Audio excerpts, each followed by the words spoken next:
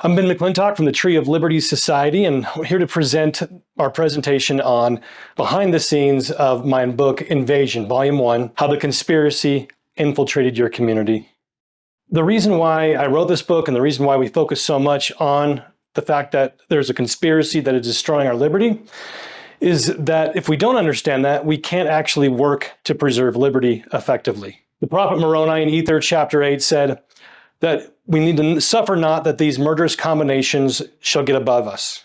He also said that he's been commanded to tell us these things that evil may be done away. Exposing this conspiracy is essential in our efforts to give Satan less influence over our lives and to be able to preserve and promote liberty.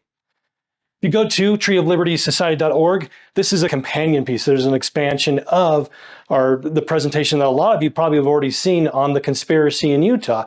Utah being the case study for what we're talking about and how the conspiracy infiltrates communities all over the country, and in fact, all over the world. We are dealing not with the conspiracy theory, but with the conspiracy fact. And there's a lot of great books out there that have come before to help us understand the international conspiracy. A great one was written in the 1790s called Proofs of a Conspiracy by Professor John Robeson. We also have the memoirs illustrating the history of Jacobinism. Great important works in understanding this global conspiracy. More modern times, some important books that will help us better understand this international conspiracy is None Dare Call It Conspiracy by Gary Allen, Shadows of Power by James Perloff, and The Naked Capitalist by Cleon Skousen. The Founding Fathers understood this conspiracy. This has been information and understanding that's been poo-pooed and lost to the modern person, the modern learner about what's really going on in the world today.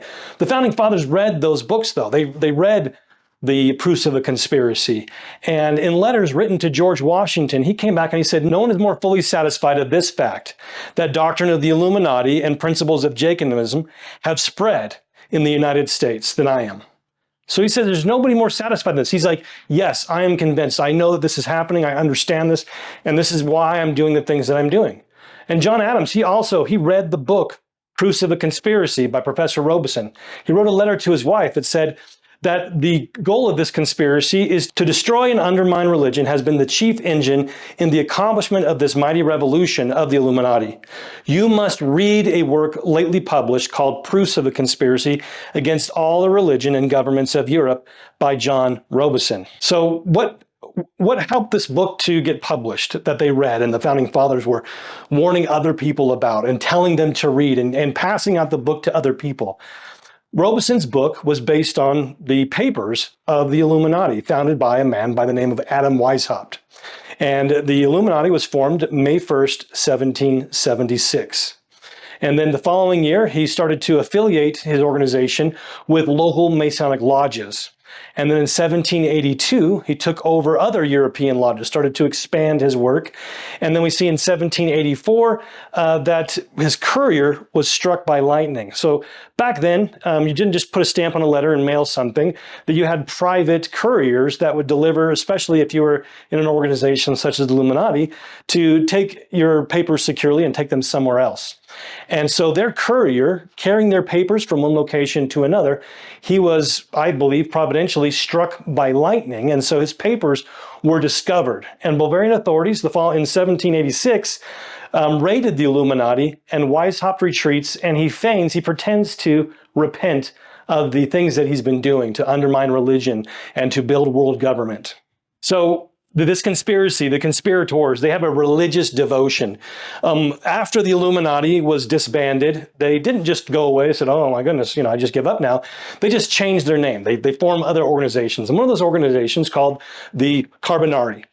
And in one of their documents, the Carbonari writes, our final end is the destruction forever of the Christian idea, which, if left standing on the ruins of Rome, would be the resuscitation of Christianity later on. Okay, so we've got to completely destroy it. Otherwise, if we leave anything left, it'll come back. The work which we have undertaken is not the work of a day, nor of a month, nor of a year. It may last many years, a century perhaps, but in our ranks, the soldier dies and the fight continues. So they recognize that this fight might not be won in their lifetime, and they're okay with that. They recognize that even if they die, that this work continues. And so they have a religious devotion to their efforts to promote this conspiracy. So in writing the book, Invasion, there were several different ways that I was able to uncover data that really hasn't been compiled before. You can't just go on the internet and go to Utah Syriac combinations or local implementation of Syriac combinations and really find a good, Google search result. And so a lot of this stuff is only available in physical form. You have to spend time in university libraries, going to the Historical Society for the state of Utah, church organizations, University of Utah, BYU, Yale, and just tons and tons of physical books that you can't find online. We recognize that we have this global conspiracy, but also that their programs are being implemented on the local level. So how does this happen? And that's the thing, that's the trick that even organizations and others that try to organize people to defend liberty against this global conspiracy fail to be able to grasp and understand is this local aspect of the conspiracy. And so we're identifying and we're guarding against those working to destroy our faith and culture. So just like George Washington and John Adams understood about the conspiracy, there were others though, like the founding fathers of Utah, like John Taylor. He understood this thing as well, talking about what was going on. He explained, the scenes which we are now witnessing in this territory are the results of a deep laid and carefully planned conspiracy.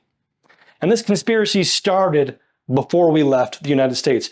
John C. Bennett, who was excommunicated from the Church of Jesus Christ of Latter-day Saints in the late 1830s, he was found out to be a sodomite, to be an abortionist, and just to be involved in all kinds of debauchery. And so he's excommunicated.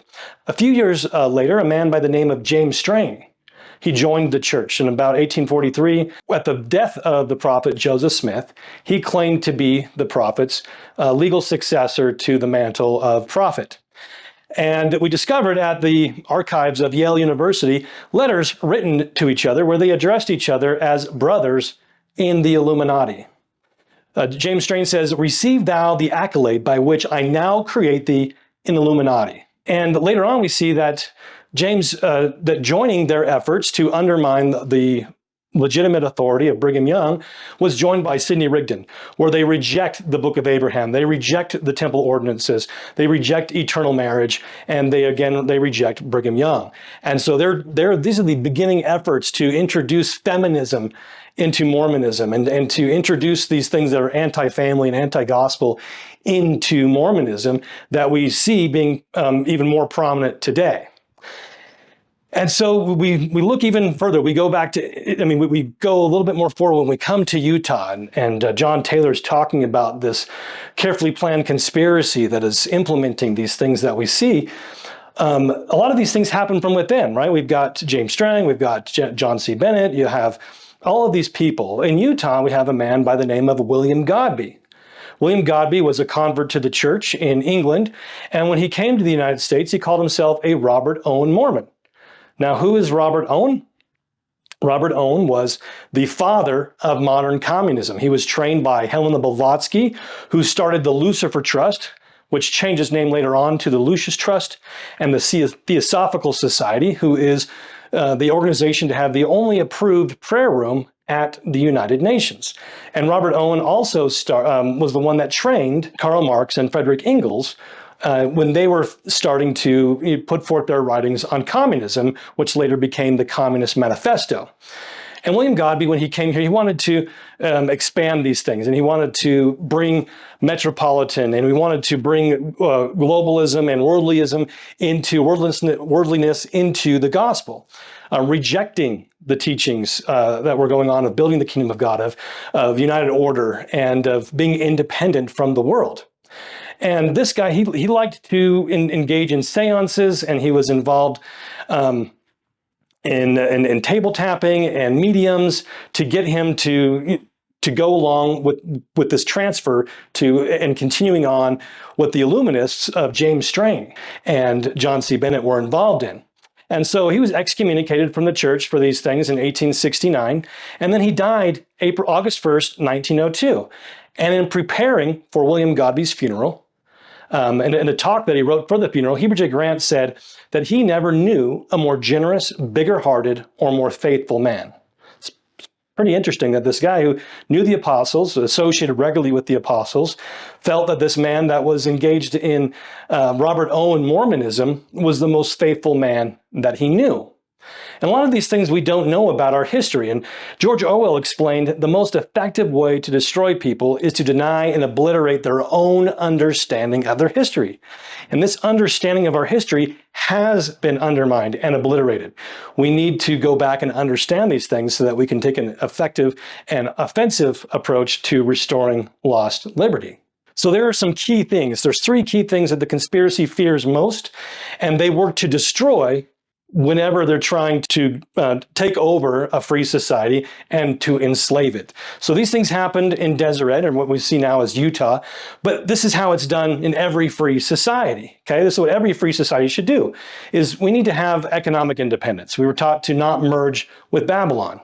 Second is we have to have build political independence. We can't submit to unconstitutional government. And third, build educational independence. We should never, of course, let the enemy educate our children. These are just basic things. And we can see how when we diminish and we get rid of these things, how we open ourselves up for enslavement.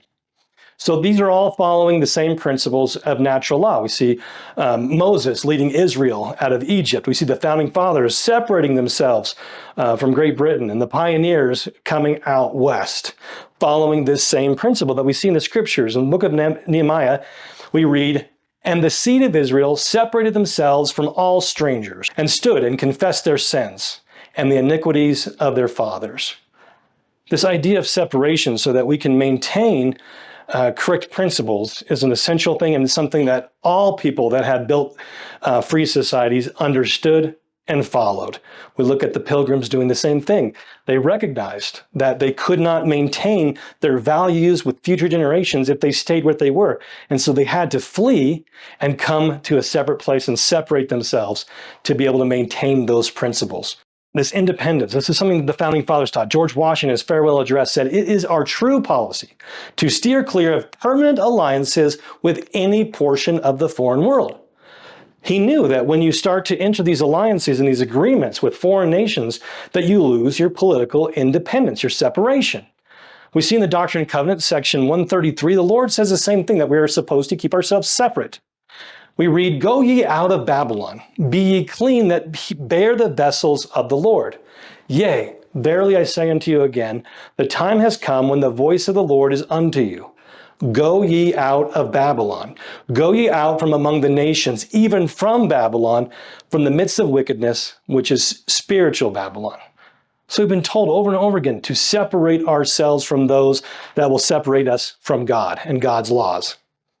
Economic independence is the same way. Brigham Young helped us to understand this key principle to help us to maintain this independence when he said, "We do not intend to have any trade or commerce with the Gentile world.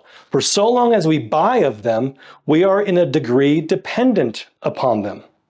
If you are, this is such I think a foreign principle to so many of us, this idea that if we're dependent on somebody else for providing us something that we depend on and that we need for our sustenance, we are dependent upon them in any degree that if they say, if you don't do X, then I won't sell this to you anymore. So it's essential, economically speaking, to be able to maintain correct principles, to maintain liberty, that we have economic independence, that people of like mind are able to come together and to be able to produce things that we need together. Brigham Young continues, "The kingdom of God cannot rise independent of the Gentile nations until we produce, manufacture, and make every article of use, convenience, and necessity among our own people. So we shall need no commerce with the nations.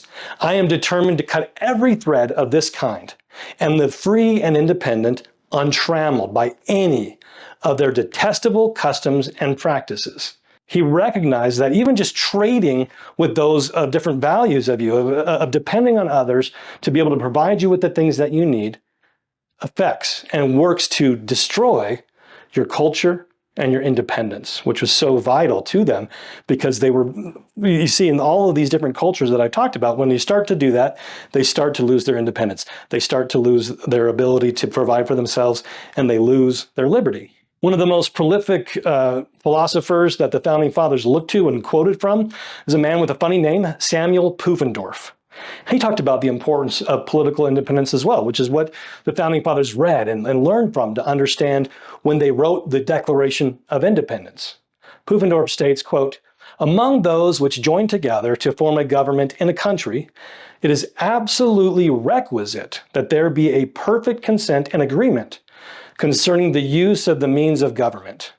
If they do not agree with themselves, but are divided and separated in their opinions, they will be divided into parties and will clash."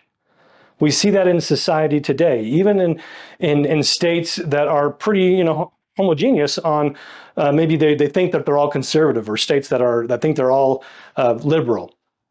We still have a large portion of these societies and society in general that do not have a perfect consent and agreement concerning government.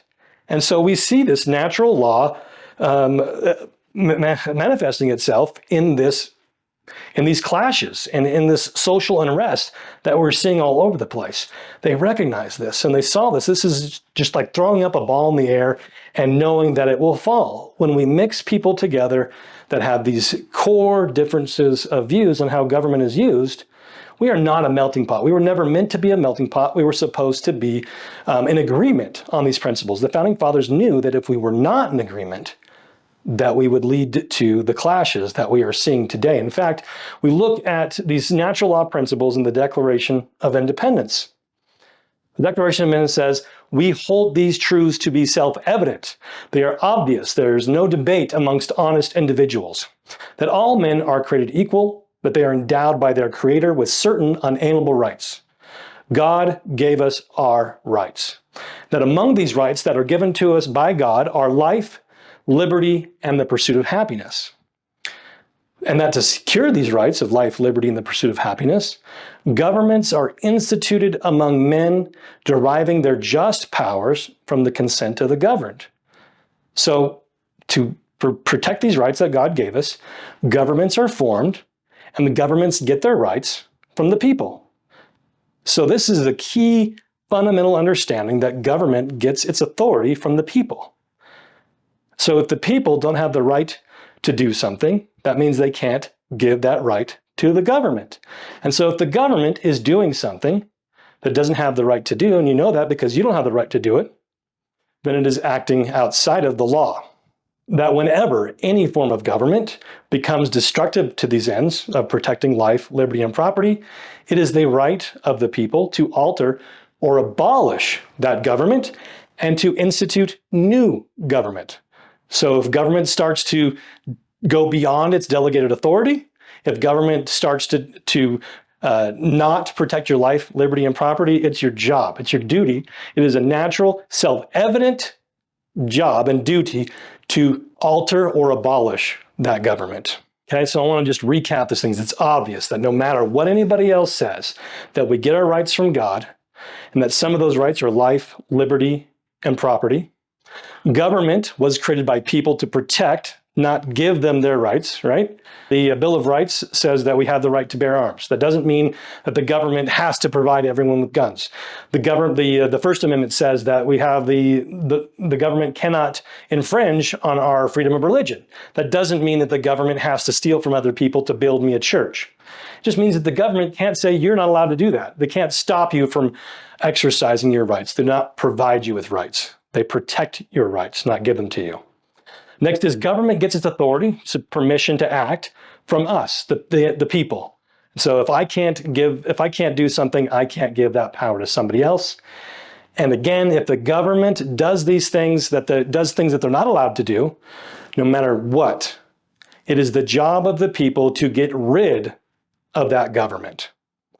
And we have a right to sovereignty and independence. It's essential for our protection and for the liberty of the people.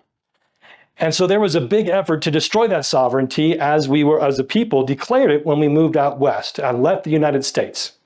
There was pressure on the Latter-day Saints from without and from within.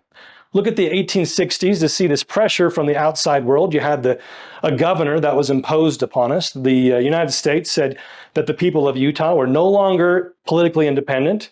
They were not only were they not independent anymore, but they were not allowed to be self-determining.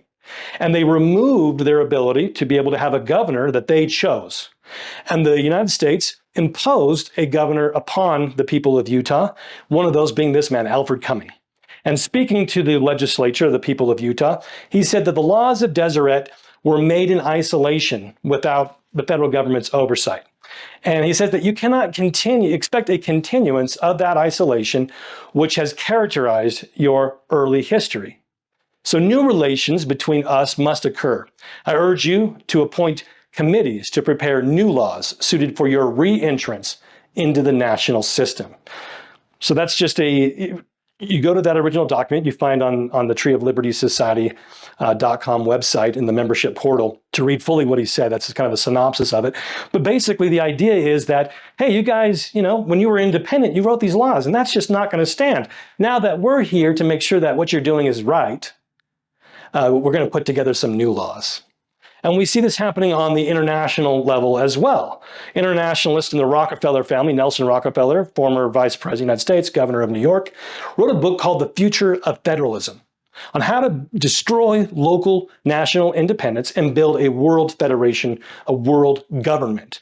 And so to build these steps, he explained, quote, I have long felt that the road toward the unity of free nations lay through regional confederations in the Western Hemisphere and in the Atlantic community, perhaps eventually in Africa, the Middle East, and Asia. Such work towards regional unities is in fact steadily progressing. The common market in Europe is an outstanding example. This is done through removing barriers to commerce and ultimately to the gradual devising of political forms of unity. So to build world government, to destroy national independence, we have to build these regional governments and devise these regional unities to be able to destroy the independence. Now, the president of one of these globalist organizations, the Council on Foreign Relations, wrote in the magazine Foreign Policy in 2005, quote, sovereignty, the notion that governments are free to do what they want within their own territory, has provided the organizing principle of international relations for more than 350 years. 35 years from now, sovereignty will no longer be sanctuary. Powerful new forces and insidious threats will converge against it. This is most clearly being done in the trade realm. So again, this idea of building regional governments to destroy national independence over and over again. Now we see the pressure from without here in Utah, going further back into that. The first one we have here is the Edmunds-Tucker Act of 1887. And this act prohibited the practice of polygamy and punished it with a fine from $500 to $800. Now you just times that basically by 20 or 30 bucks to account for inflation, and imprisonment of up to 5 years. It dissolved the corporation of the Church of Jesus Christ of Latter-day Saints and directed the confiscation by the federal government of all church properties valued over a limit of $50,000. So just completely disenfranchised the people, totally dissolved their religious organization, and started to confiscate their properties.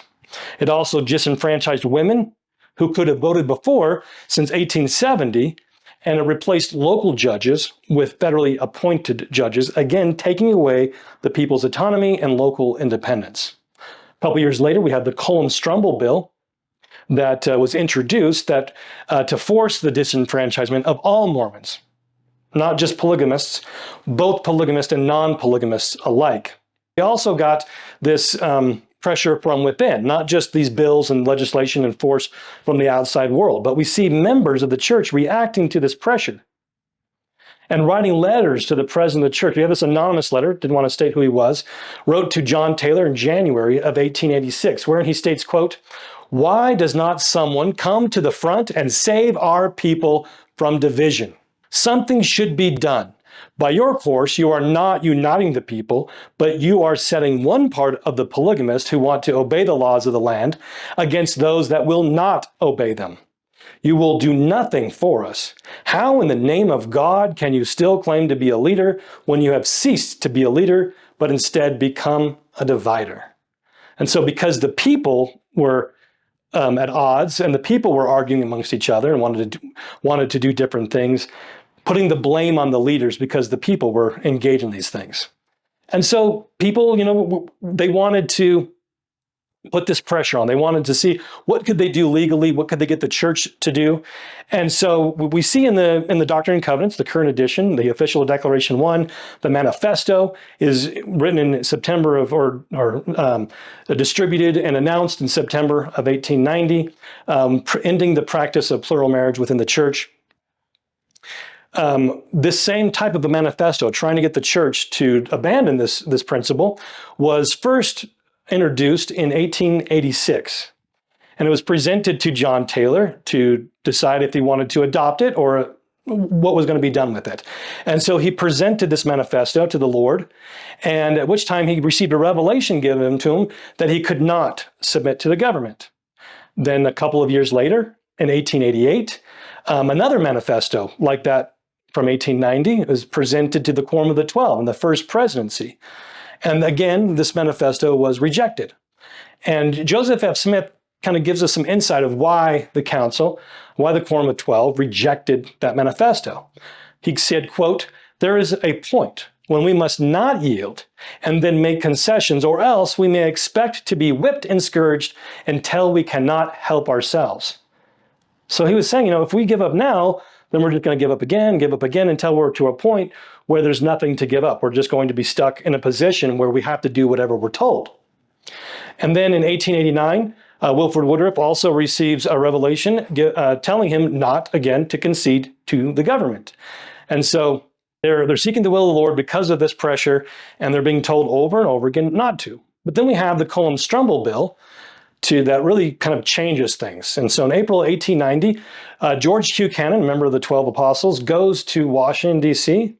to talk about how can we kill this bill that will just destroy every member in the church's ability to be safe in the community. And he says, quote, "President Woodruff has been praying.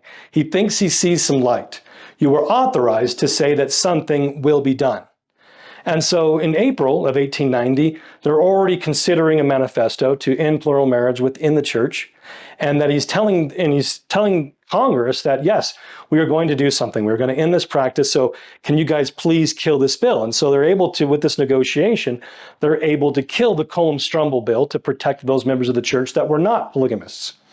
And so James Blaine, who was a member of the Bohemian Club and attended the Bohemian Grove, was the Secretary of State at the time. And speaking to George Q. Cannon's son, Frank Cannon, said, "Wouldn't it be possible for your people to find some way to bring yourselves into harmony with the law and institutions of this country?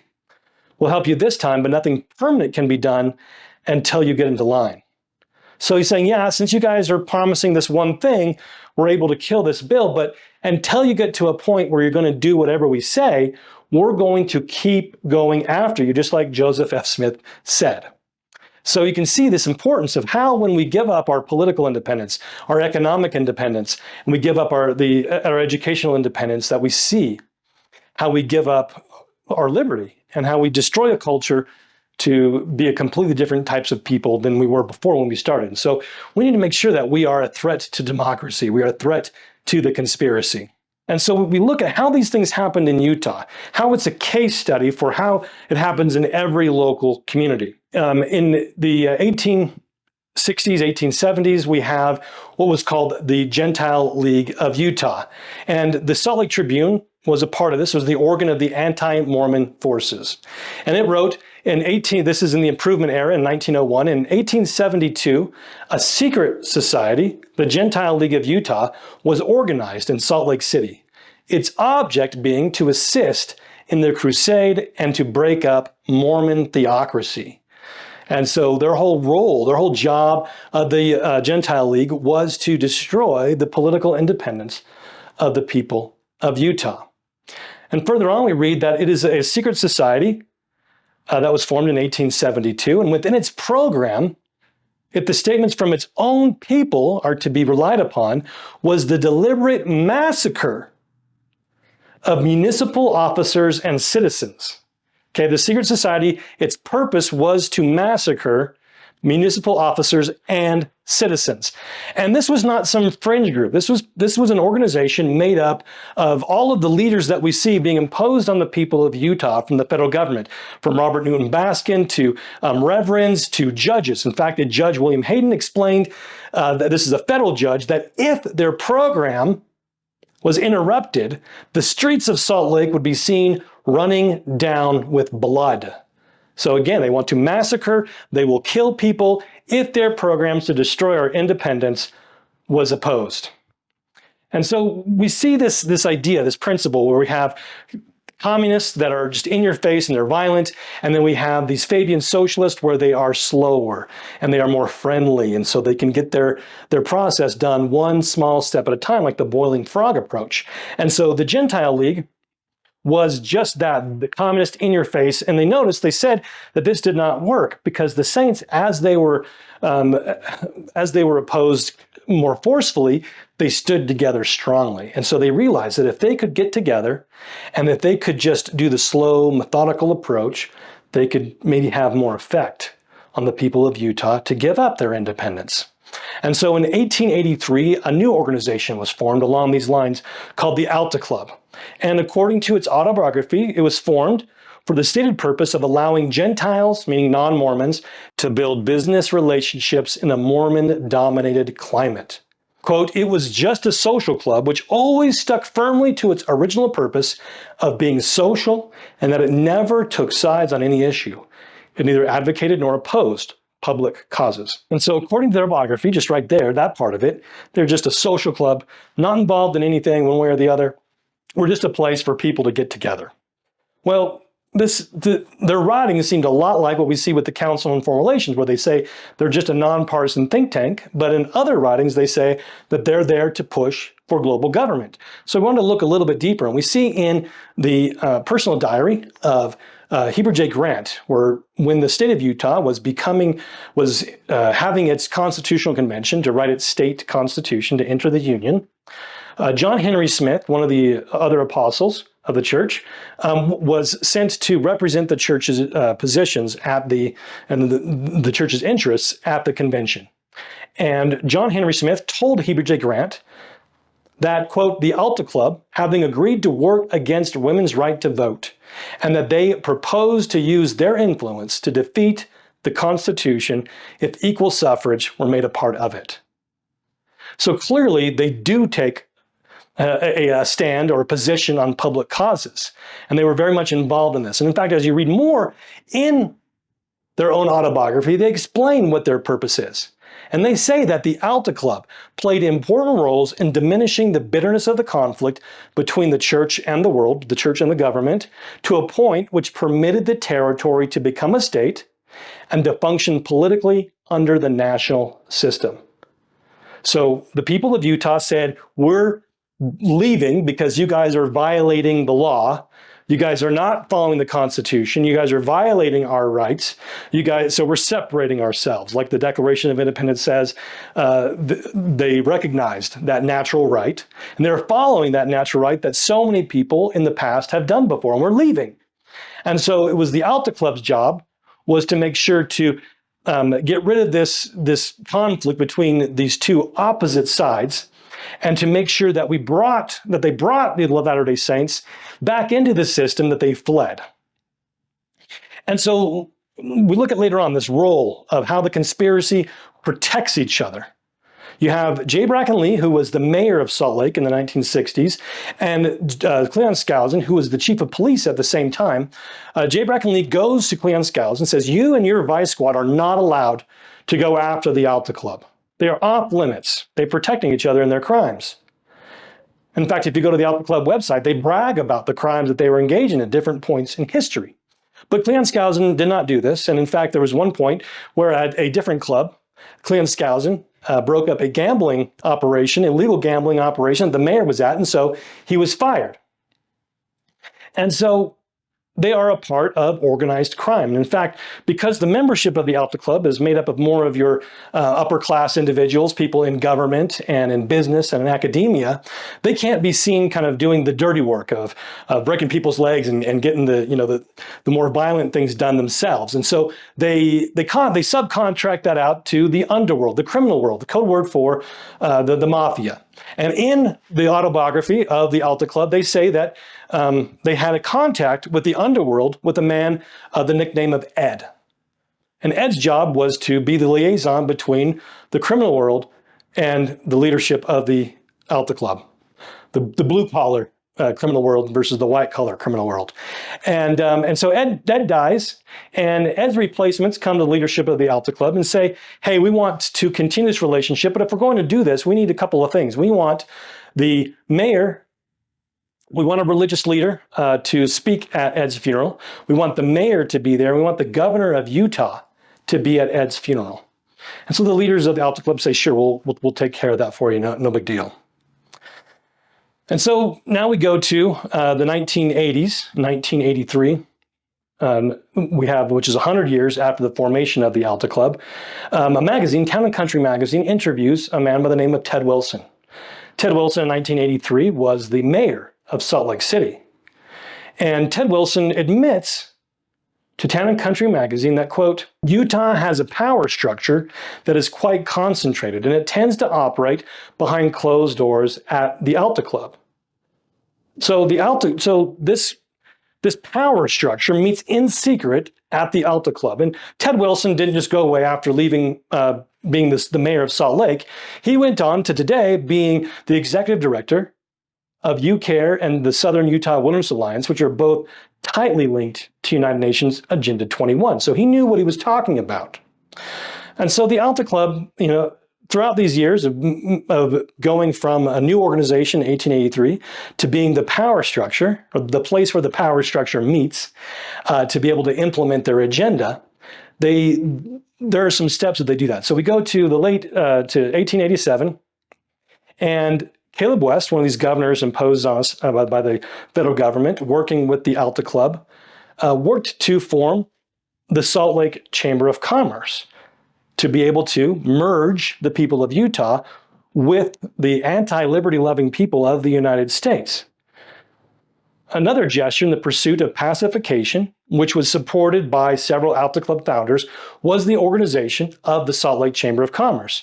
There could be no question as to the purpose of this project, and anyone who participated in it was certainly on the side of liquidation of the conflict. This conflict because we were invaded by the United States and had their people imposed on us as our leaders. And so this was a way to pacify this and to get us to accept the fact that we're remerging with the world that had oppressed us and to make ourselves adopt their culture. And so the Alta Club founders accepted places on the organizing committee of the Chamber of Commerce. But members of the church were not joining the Chamber of Commerce right off the bat. And so the Chamber of Commerce and the Alta Club leaders go to the leaders of ZCMI.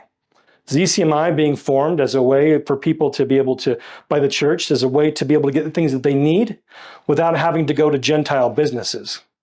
And so that's how it started. But by this point, it was kind of when it closed, it was just like Dillard's. It was just a store in the mall.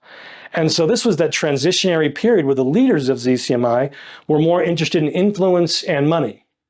And so when the Alta Club and when the Chamber approached them to join with them, to be an influence on the members of the church, to get them to go along with this, they joined on. And so members of the church, they said, okay, well, these guys are good members of the church, so it must be okay. And so they started to break down these walls, and Mormons and Gentiles started working together in the Chamber of Commerce, and some of these same Mormons were proposed and accepted for membership in the Alta Club, the organization meant to get us to merge back with the world. And so this power structure, according to Town and Country magazine, by their interviews, the structure was consisted of the head of the Chamber of Commerce, the publisher of the Salt Lake Tribune, and the president of the Church of Jesus Christ of Latter-day Saints. This power structure meeting in secret at the Alta Club to get us to merge with the world. So now that's kind of an overview of some of the things that we cover in Volume 1. and encourage you to get a copy of Invasion Volume 1 if you don't already have a copy, to be able to go into more depth and understanding of those things that I talked about, of how we got to the point of where we are today. That foundation that is laid, that we see and how it's applied in every state in the Union, of how the conspiracy begins to implement and infiltrate itself into a local community. Now, when we get into Volume 2, we're going to show more how this conspiracy has grown and metastasized and become a cancer in all of our local communities. And so one of those organizations we're talking about is how this globalist organization called the Council on Foreign Relations infiltrated our local communities. So we look at World War I. It was designed as a way to be able to, as the precursor, to get us to accept world government, so that we could stop this type of horrific war from happening ever again. And so they introduced the League of Nations afterwards. And there was a lot of people that were warning about the dangers of the League of Nations, of how it would give up that key principle of political independence. And so the League of Nations was defeated. But there was a plan. The Council on Foreign Relations was then created to help sell the people on the idea of world government, which after World War II led us to accepting the United Nations. And so one of the co-founders of the Council on Foreign Relations was a man by the name of Colonel Edward Mandell House, considered to be Wilson's brain. And he said that he wanted to build socialism as dreamed of by Karl Marx. That's the kind of individual you're dealing with, one of the founders of this organization that was founded to get the people to accept world government and to move the United States more and more in that direction. In fact, the Council on Foreign Relations introduced and published a study that said that their job and their goal was to maintain and gradually increase the authority of the United Nations. And so to be able to do that, not just on a national, international level, but to get people in every community across the nation to go along with this and to accept this and to get the local people to accept this globalist idea, to destroy our local political independence. An organization was formed called the American Committee on Foreign Relations. And this was formed in 1938 by the CFR. They felt it was time to create a number of nonpartisan, nonprofit committees across the country for the purpose of bringing business and professional local leaders together to discuss world events due to isolationist attitudes and emerging international conflicts. So it was meant to get business leaders and government leaders to get together to be able to get them to not support what they call isolation, meaning national and political independence, to merge us with this global system.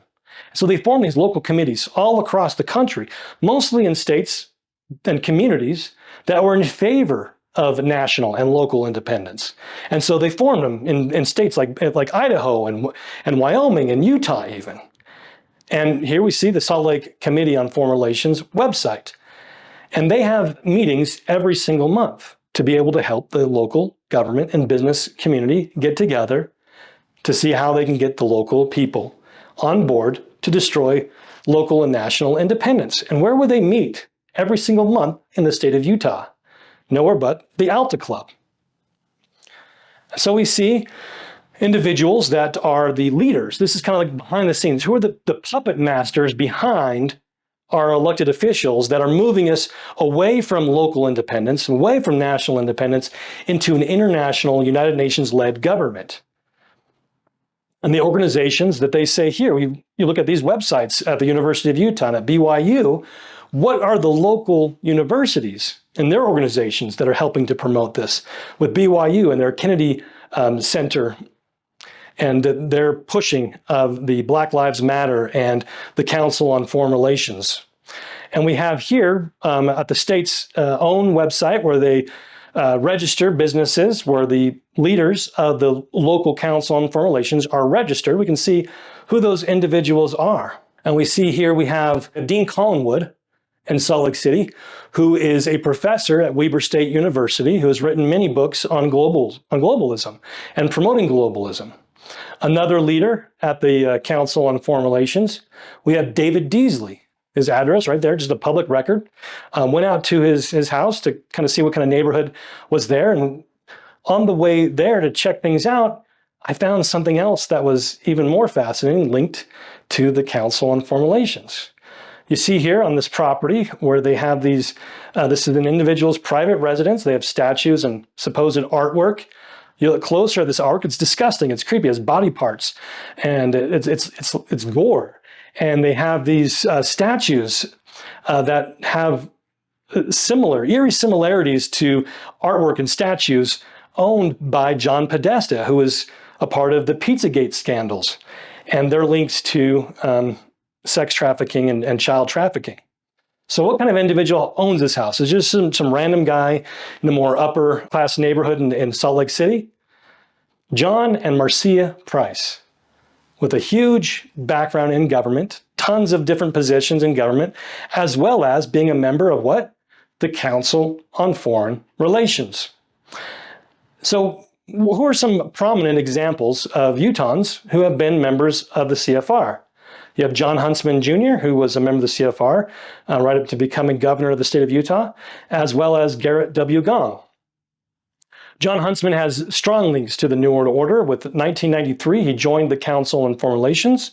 In 1999, he starts leading the United Nations Agenda 21 organization, Envision Utah.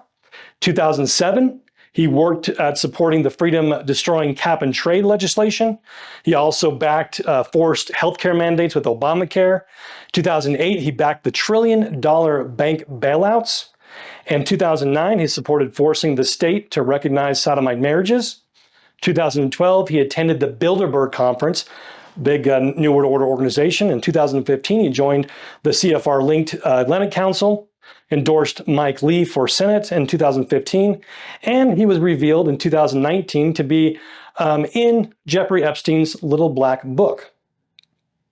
So we see here Garrett W. Gong, before becoming prominent in religious circles in the state of Utah, he was a member in the Council on Foreign Relations.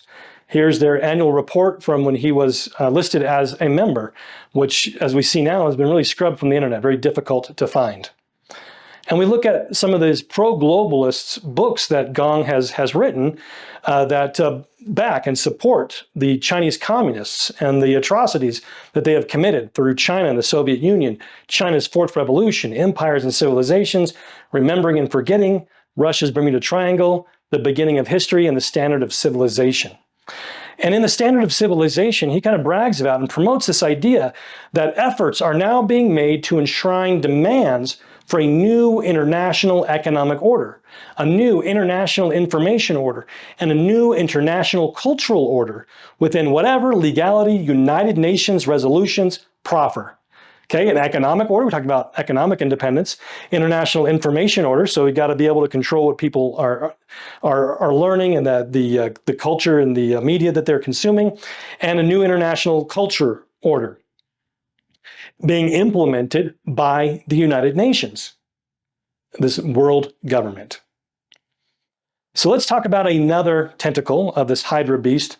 Now moving away from the Council on Foreign Relations, we have another group that has very similar, that it's connected. It's one of these tentacles of the same beast. And this tentacle is called the Brotherhood of Death, or Skull and Bones. And Art Thompson does a great overview of the organization.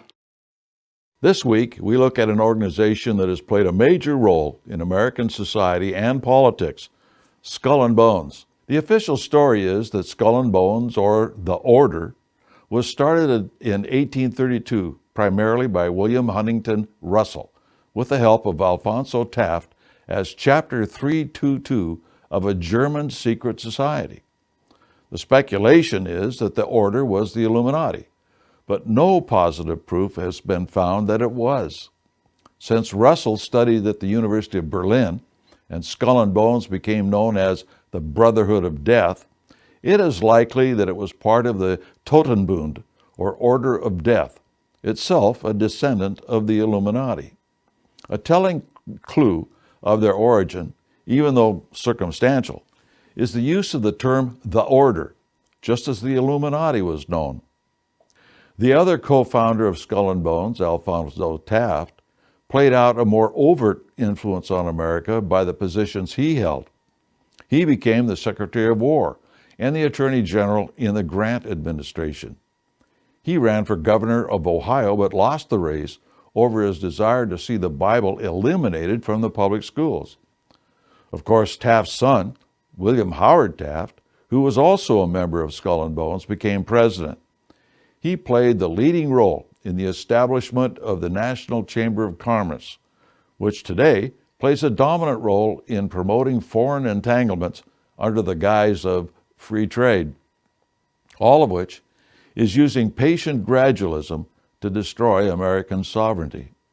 So the Brotherhood of Death wasn't covered by Art Thompson, but we learned from other investigations. Anthony Sutton's book on Skull and Bones is a fantastic read for you to be able to better understand more about the satanic connections and influences of Skull and Bones. And we learn in that book what their rituals are. And the Brotherhood of Death rituals, they're very connected to death and to Satan. One of the things that they do is they lie naked in a coffin, confessing to another bonesman the things that they feel like that they've done wrong, and so that can be held against them with the organization. And so that was formed at Yale, as Art Thompson explained. But one of the members of Yale's Skull and Bones in 1910 came to the state of Utah. And we discovered there's a second chapter of Skull and Bones at the University of Utah formed by this man. And we see here that it was from their yearbook at the University of Utah that their membership, just like at Yale, was published for many years. It is no longer published and is kept secret today at both Yale and the University of Utah. And we see here modeled is a sweater that a member of Skull and Bones at the University of Utah would have worn. And in the yearbook, this very eerie and very revealing explanation of the Skull and Bones here at Utah, now its connection to Yale, is very clear. It says the society is a secret one, and their ways are deep and mysterious. And they are the ones promoting what we see today, this infanticide that's being promoted and being popular today. But the yearbook at the University of Utah brags, says the Skull and Bones makes us believe in infanticide, the murder of infants. Skull and Bones makes us believe in the murder of infants. And another article at a University of Utah newspaper talks about a man by the name of Tom Morrow being initiated. And the things that happened to him in the initiation at the Utah Skull and Bones led him to temporary insanity. And because of his actions, he was arrested and he was detained by the police to protect himself and others because of this temporary insanity. And he did damage to property. And so the president of the University of Utah, wouldn't happen to anybody else causing damage to property, promises the funds and the resources of the university to cover the cost of anything that this initiate did while under his insanity after the induction into Skull and Bones. So in 2015 and 2018, a small group of members of Skull and Bones met with the University of Utah's newspaper wearing these outfits that you see them wearing in the initiation at the Yale Skull and Bones. Videos have been released and snuck out filming these people without their knowledge wearing these same outfits. Now, there are high-profile members of Skull and Bones here in the state of Utah. One of them is Senator Robert F. Bennett. Another one is Robert D. Hales. We see here at the University of Utah yearbook listing Robert Hales as a member of Skull and Bones. And this article from their student newspaper in 1954 says that he wasn't just a member of Skull and Bones, but that he was a leader of the organization. And there's another organization that is linked to Skull and Bones at the University of Utah called Owl and Key. And here from the yearbook it says, members of Skull and Bones, junior men's honorary, automatically become Owl and Key members, with others who seem worthy also being tapped. So they're tapped at the University of Utah, just like they're tapped at Yale. And so we see here that Owl and Key is the next step up. It's the next level higher in this conspiratorial organization above Skull and Bones. This article out of the university newspaper says members of Skull and Bones automatically become Owl and Key members and will be initiated. We look at another article at the University of Utah, talks about their ungodly costumes and requirements to become a member of Skull and Bones. These members of Skull and Bones are called goats, which is very interesting because the goat is the symbol used for Baphomet, or Satan. We also see with owl and key, which is very interesting, is it is also a similar a symbol that is used by the Bohemian Club and the Bohemian Grove. So the scroll and key also we see is another Yale secret society, and key is something that's also used by Owl and Key, this organization that we see. Here is the secret society that is higher than Skull and Bones at the University of Utah. And now with the University of Utah and Owl and Key and Skull and Bones, this article at their school newspaper says the initiation consists in following out a series of foolish and embarrassing stunts laid out by the Owl and Key Club, made up of last year's members of the Skull and Bones Club. So the initiation into the organization is something that is concocted by the Owl and Key members. This is what led to one of their members going insane after fulfilling this initiation. So that Skull and Bones initiation says truly Owl and Key members have touched the depths and soared to the heights of their imagination.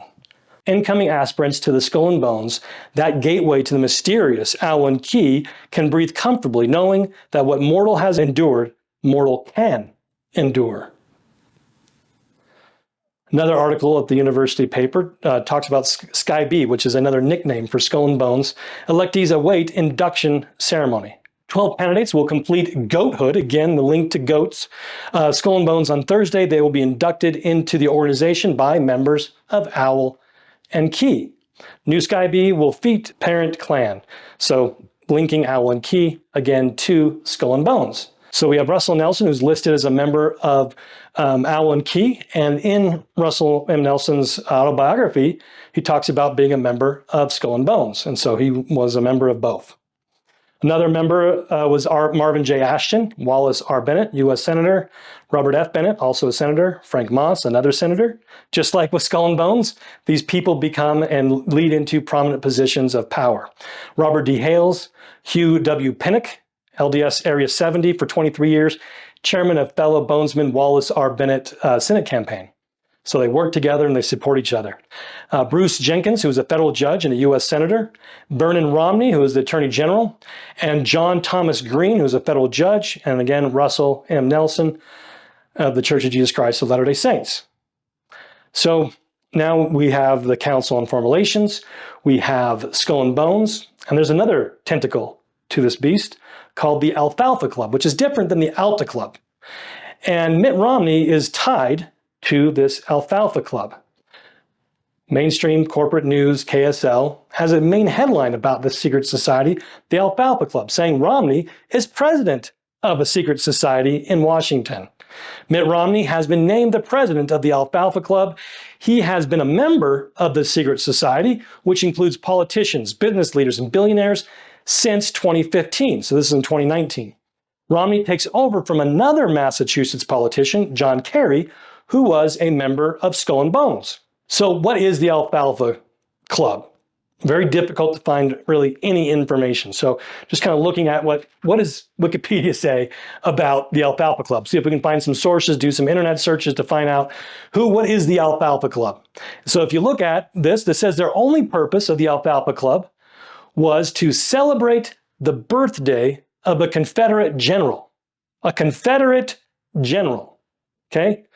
But Obama attended this celebration, supposedly, of a Confederate general. So just once a year, we're going to make headline news because Mitt Romney and John Kerry are the head of an organization that throws a party for a Confederate general every single year, attended by black people celebrating the birthday of this Confederate general.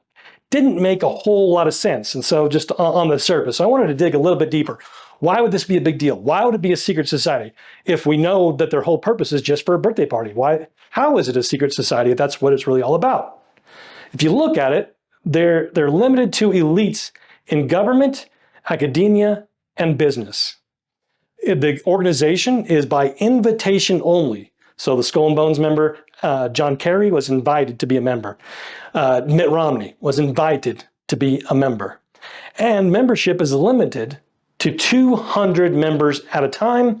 Among these members, we have people like Joe Biden, Bush Sr. and Jr., Nelson Rockefeller, which I mentioned earlier, Mike Pompeo, Colin Powell, Condoleezza Rice, Henry Kissinger, Donald Rumsfeld, Orrin Hatch, Chuck Schumer, Mike Bloomberg, Jeff Bezos, Bill Gates, Bill Marriott, list goes on and on.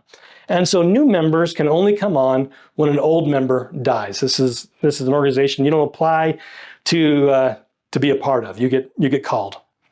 And so it's a secret society, very limited membership.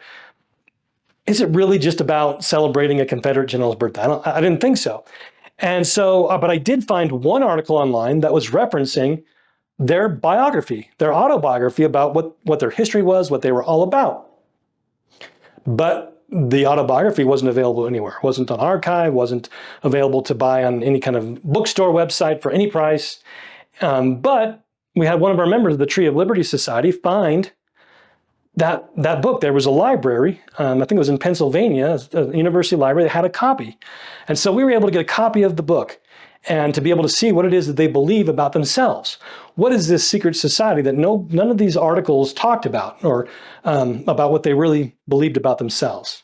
They believe that they are the oldest club in existence. They date back all the way to ancient Egypt, and that it has been the power behind the throne throughout time. They say about themselves that, and this is written during the days of Colonel Edward Mandell House, that the Alta Club was the Edward Mandell House of olden days. So meaning that they were the power behind the throne. So they're doing two things there. They're admitting that Mandell House was the power behind the throne, and that's what they believe that they are. They're the power behind the throne, that they are the puppet masters of those that we believe are actually in charge. Their documents were what many of the major wars throughout history were about.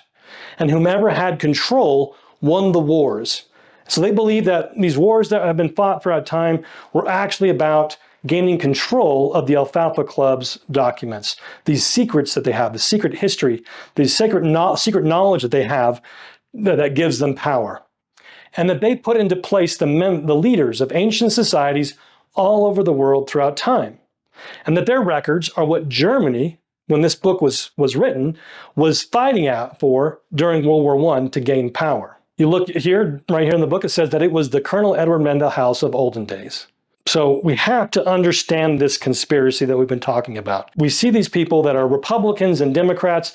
If we keep on fighting the way that we're told to fight, that we have to get our party in there to be able to stop the other party from doing what they're doing, we're just going to continue on losing our liberty, increasing the power of this international authority and the United Nations, and decreasing our national and local independence.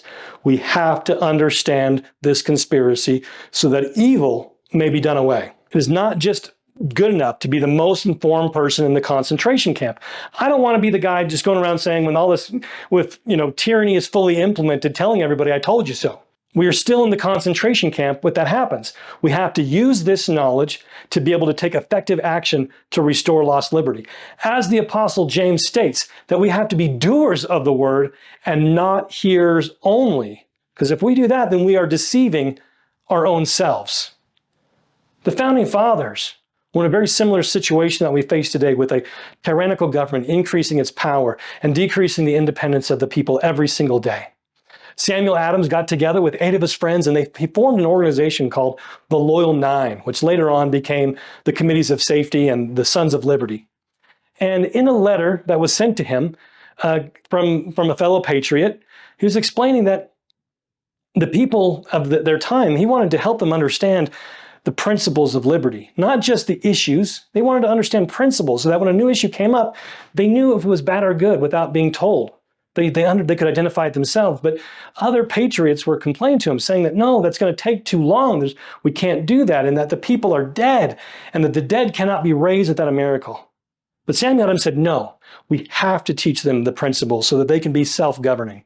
And his reply was that all are not dead, and where there is a spark of patriotic fire, we will rekindle it. So to be able to rekindle this, we have to understand ourselves 5 fundamental principles. The first principle being that culture changes are more important than legal changes. Before all of these different things are implemented, we are taught to accept them culturally first. The second is that we have to focus on the arsonist and avoid fires when possible.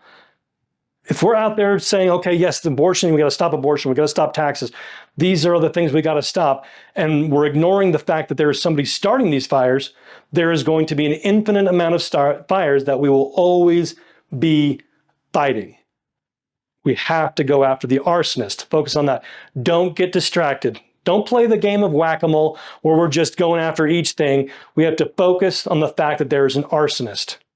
Our combined efforts should move us forward, restoring the culture, economic, political, and educational independence, and neutralizing the arsonist. What are we for? What are we against? What is the thing that's stopping what we're for?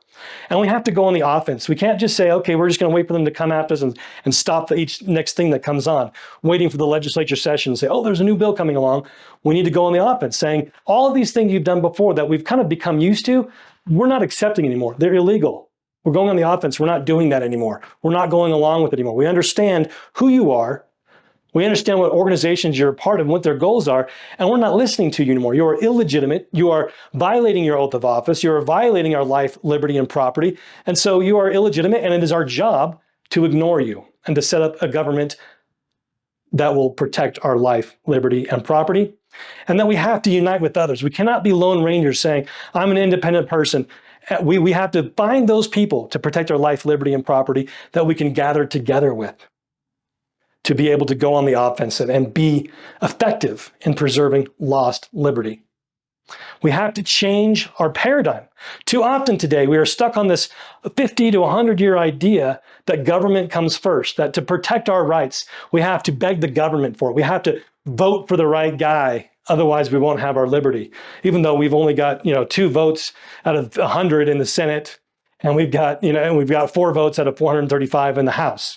But if we vote hard enough and often enough, we're going to get our rights back. No, it doesn't make any sense. They're not ignorant. They know what they're doing, and they're doing it on purpose. Calling the media, they're a part of this. They're not going to expose anything real going on to be able to help the people restore lost liberty. Suing the government, another just insane idea that makes no logical sense. You're not going to go to a conspiracy and say, hey, this other member of your conspiracy is violating my rights. What do you think? It makes no sense. It's a waste of time, resources, and effort.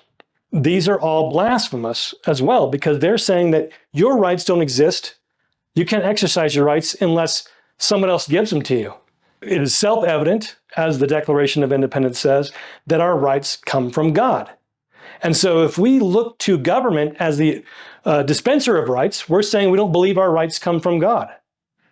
But if we do believe that fact, that self-evident fact that our rights come from God, we will not look to others to grant us the rights that God already gave us. We will exercise those rights.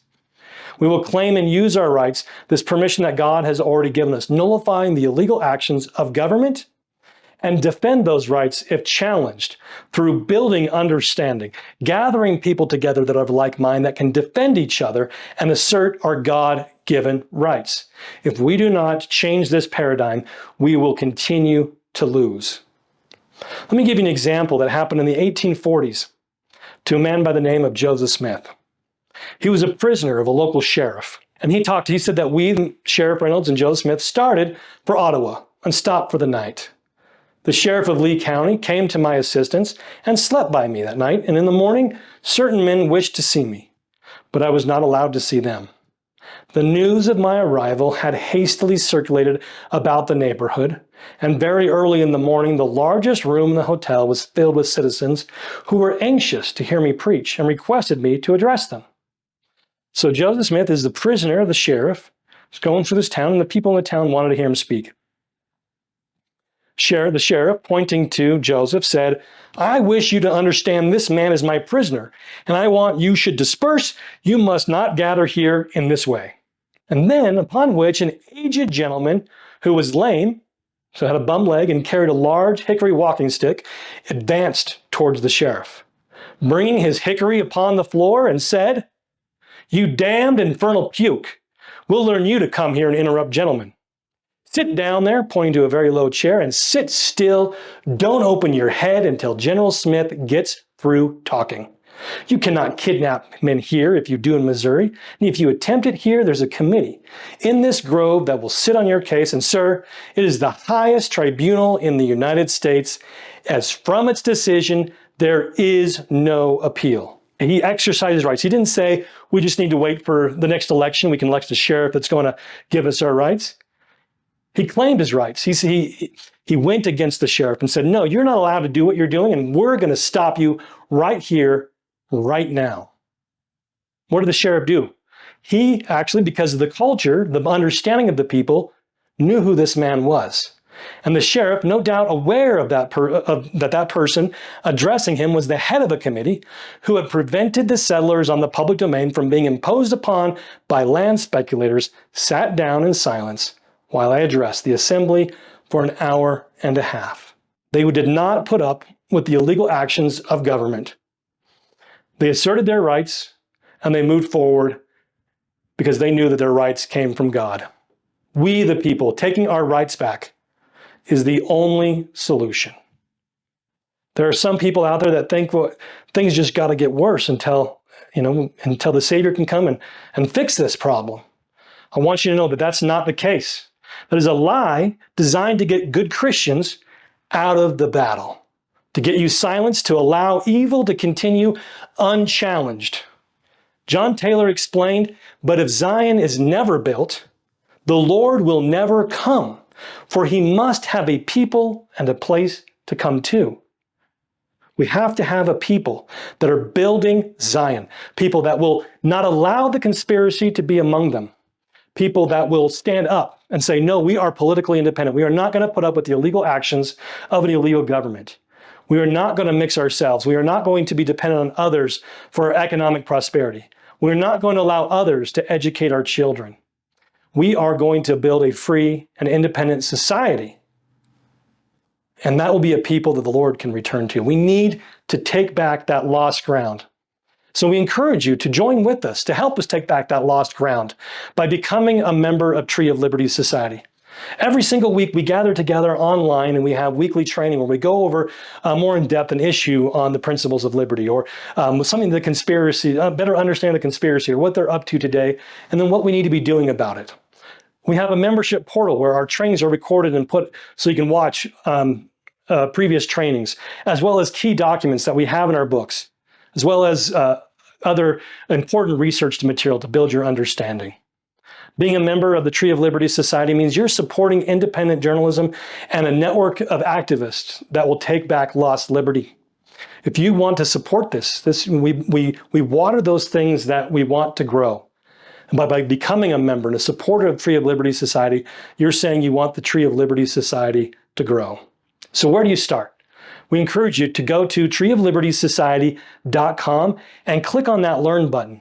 And in the Learn section of the Tree of Liberty website, there are areas where we have focused materials on principles like agency, the conspiracy, natural law, and so on, to be able to, you click on that section and we have videos and books and audio things you can download to listen to help you to better understand those principles. So build your own understanding.